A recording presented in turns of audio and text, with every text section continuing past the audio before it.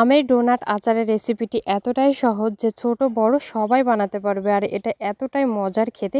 চলুন তাহলে রেসিপিটি শিখে নেই। প্রথমে আমি এখানে আম নিয়েছি, আমি এখানে 3টা আম নিয়েছি। আমগুলোকে ভালো করে ছিলে তারপর ধুয়ে পরিষ্কার করে নিয়েছি। আর আমগুলো ঠিক এরকম মোটা করে আমি গোল গোল করে কেটে নিয়েছি।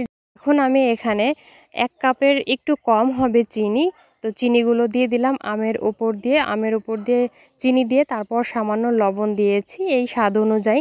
তারপর খুব ভালোভাবে এটাকে আমের সাথে মিশিয়ে নিতে হবে। এতে করে যেটা হবে, রান্নার সময় আমগুলো একদমই ভেঙে যাবে না, শক্ত থাকবে আর খেতেও অনেক ভালো লাগবে।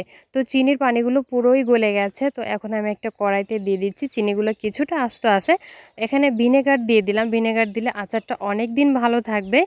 যদি কেউ সংগ্রহ করতে চান, অনেক বেশি করে বানাতে চান, সেক্ষেত্রে কিন্তু অবশ্যই ভিনেগারটা দেবেন। আর সুন্দর একটা কালারের জন্য আমি এখানে সামান্য হলুদ দিয়েছি। তো 5 মিনিটের মতো রান্না করে নিয়েছি আর দেখুন আমটা কিন্তু স্বচ্ছ হয়ে এসেছে।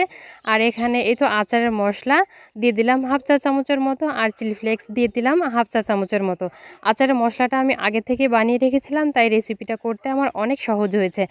যেহেতু আচারের মশলাটা আমি আগে থেকে রেডি করেছিলাম। তো রেসিপিটি যদি দেখতে চান তাহলে আমি লিঙ্কটি অবশ্যই ডেসক্রিপশন বক্সে দিয়ে রাখবো, আপনারা দেখে নেবেন। এই যে আমগুলোকে আমি আরও 10 মিনিটের মতো রান্না করে নিয়েছি, তারপর কিন্তু আমার আচারটা একদমই রেডি হয়ে গেছে। আর দেখুন আমগুলো কতটা স্বচ্ছ হয়ে গেছে। তো এই পর্যায়ে চুলা থেকে নামিয়ে নিয়েছি, এখনও কিন্তু আমগুলো গরম আছে।